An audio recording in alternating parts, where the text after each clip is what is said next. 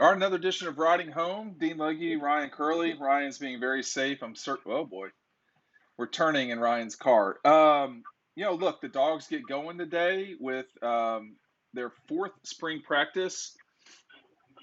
Ryan going hands free and Bluetooth. Let's try not to complain about the audio too much. Ryan, Kirby was not in a great mood tonight. Let's talk about that for a little bit. Kirby was in a bad mood tonight.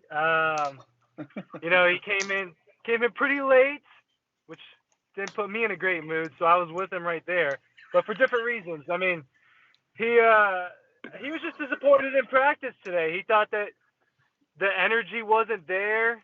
Yeah. That the leaders. I am spinning you guys around. Yeah, hey, it's a part of. Hey, this is a part of riding home. Yeah. But he thought that the leaders on the team, and he didn't give names, but he thought that the leaders on the team should have spoken up, should have stepped up today, and led by example and through voice, and bring the energy up in practice. And he thought that that didn't happen, and that disappointed was the word that he used for practice today. Disappointed. Um, This Asked is Warren McClendon about it later on. I was like, well, what was it? And he just kind of concurred that it was an energy thing, that they just weren't on their game today, to their standards. They weren't to the elite Georgia standards today in practice. all right. Well, you only get so many. I mean, spring practices are every practice is important, but you can have not great practices in the spring and recover. But I'll tell you, it's not ideal. This is where they're missing N'Kobe Dean specifically, is what I would say, because with everything that we've read Yeah, over on dogpost.com, N'Kobe was a very important leader. I mean, people talk about leadership. They over talk about leadership, I feel like sometimes. They don't really know kind of what that means. Well, today's a great example. And I've talked about practice a lot because I practiced a lot in college and it's not fun. It's hard. But if I mean you're going to be out there during that period of time. And because you're going to be out there, you need to execute while you're out there. And it's irrelevant if you're not having a good day or not. You can change your day by how you react and how you perform at practice. And that's all there is to it, man. Got to get going. He's right to be aggravated, but it's up to Kirby can correct this too, Ryan. But go ahead. yeah. I think this is something that you said December 4th after they lost the SEC championship game. It's going to take somebody. It could be anybody. It doesn't matter who, but someone needs to step in and be that spark plug, or be that vocal, just jump that they need. So I think that the spring opportunity for people to prove themselves as far as leadership goes. I mean, it's months before the season. I mean, you want to avoid a championship hangover. I mean, Well, they've got that though. there's a lot of things that can go wrong. Who's gonna be the person that really doesn't let it happen? And it could be guys like Warren McClendon and Right. Stetson Bennett, not super outspoken people, but lead by example kind of guys. Well, sometimes you can't lead by example. I mean, if it's time to get in somebody's ass, you can't say I'm Yeah, gonna throw a yeah, perfect ball right here. You can do it with effort. I should correct myself. You can do it with a play. You can get things turned around with a play. But it's your particular attitude that matters at that moment.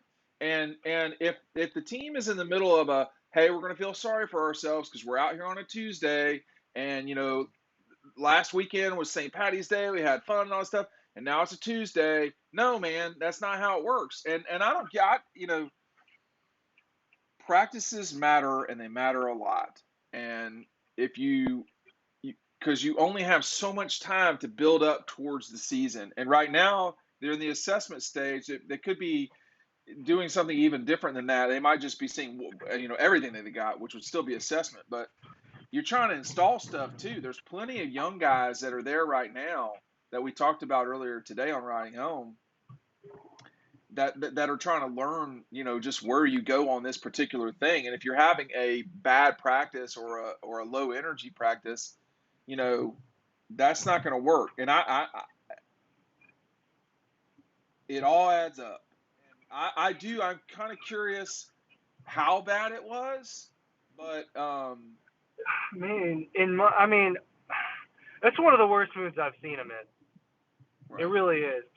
I Yeah. mean, he super quiet. Walked in before anybody or even Claude could say anything. He says, "What are we talking about today?" In a really like quiet, pissed off voice. And I was like, "Oh, here we go." Well, After and it's challenging for the coaches. I mean, it is, but that's what the money's for, and they've got to figure out how to um, get this group going because unless the guys on the team didn't know it, all they right, are you're gonna not come out, go. they're not just going to give Georgia the 2022 trophy the same way they didn't just give Alabama the 21 trophy. You're going to have to go get it, and you're going to have to do that with practices like today. Did Stetson go afterwards? What did he have to say? Yes. Stetson. I thought that Stetson's press conference went well. I like Stetson interviews. I think that they're entertaining because he's kind of a smartass a little bit, but he's really thoughtful about the way he answers questions too. He really Yes. sits there and thinks about it. Um, but a lot of people were asking him about that Good Morning America interview and stuff like that. Well, what were those? People asked Kirby this too. What were those conversations between you and Stetson? Like, what assurances did you need?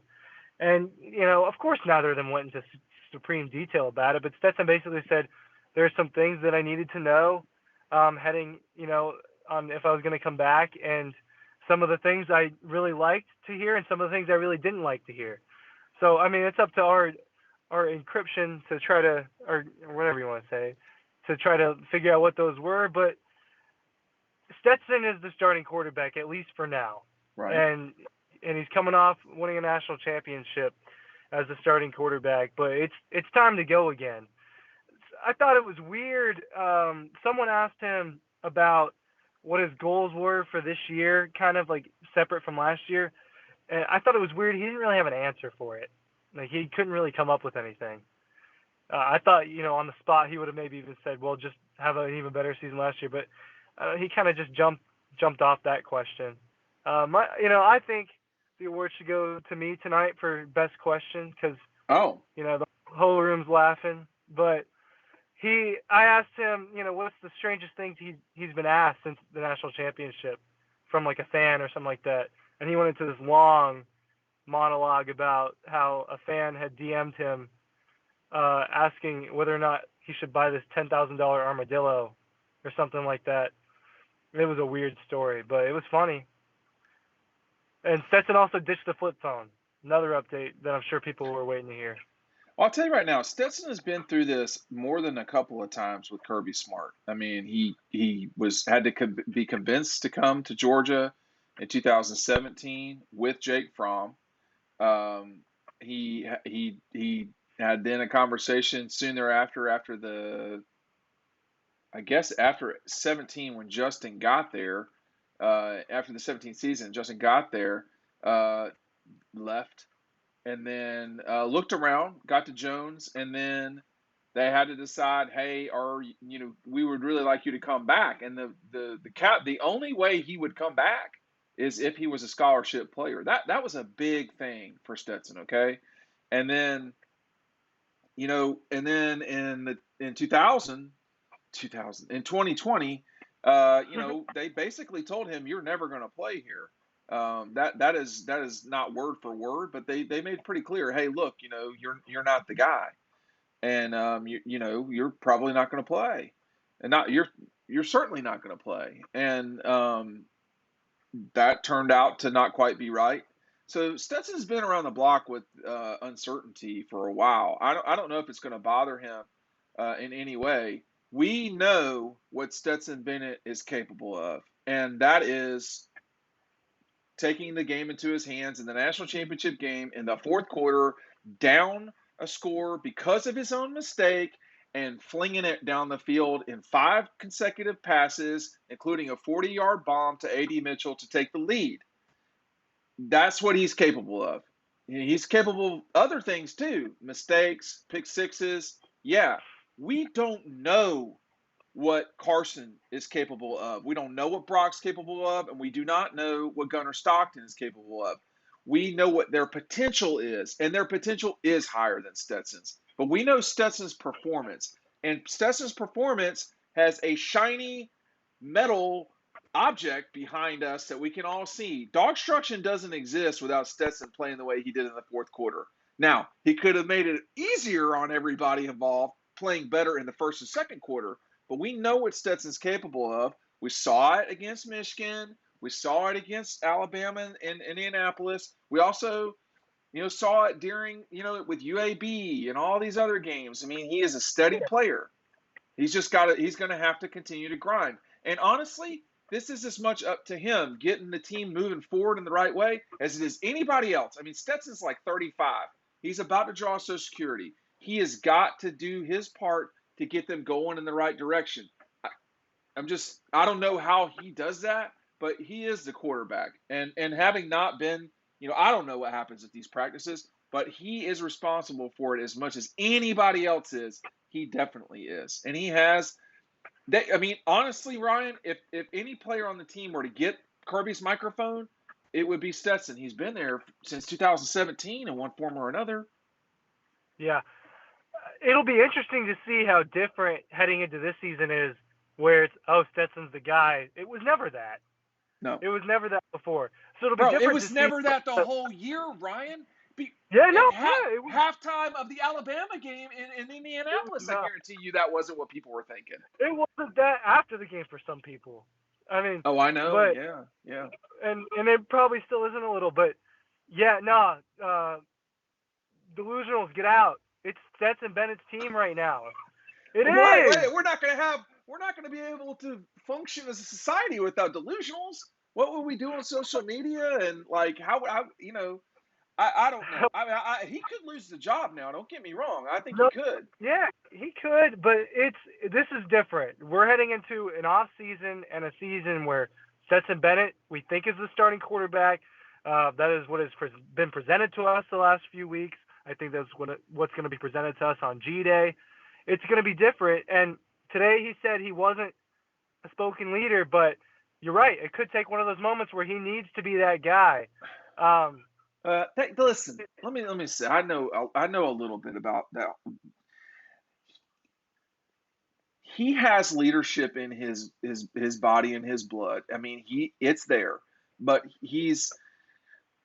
this is different. Okay, I mean, this is different. And if James Cook were the quarterback, if that type of personality, or Zamir, that's a little bit what you're getting with Stetson, which is a quieter person. Jake Fromm, you could hear him on the sideline talking to guys. It was like this. I don't know how to describe the pitch of his voice, but you could hear it, and that was different than what Stetson is. It's not the same. I never got the impression that Trevor Lawrence was a big kind of rah-rah guy. I mean, Trevor just went out and did it. But being a quarterback, I think Ryan is frozen all of a sudden. Being a quarterback, no, you're still there. Okay, sorry. Being a quarterback in this moment, it is going to take, more, if you want to call it that, from Stetson, verbally. In terms of playing, I don't know, man. I think he's done a lot in terms of playing, but this is a new challenge for him, Ryan. It's different. It is different. Now, Kirby said today this is the defensive back and receiver in his 7 years here. This is the thinnest they've ever been. That was a big statement that he said today.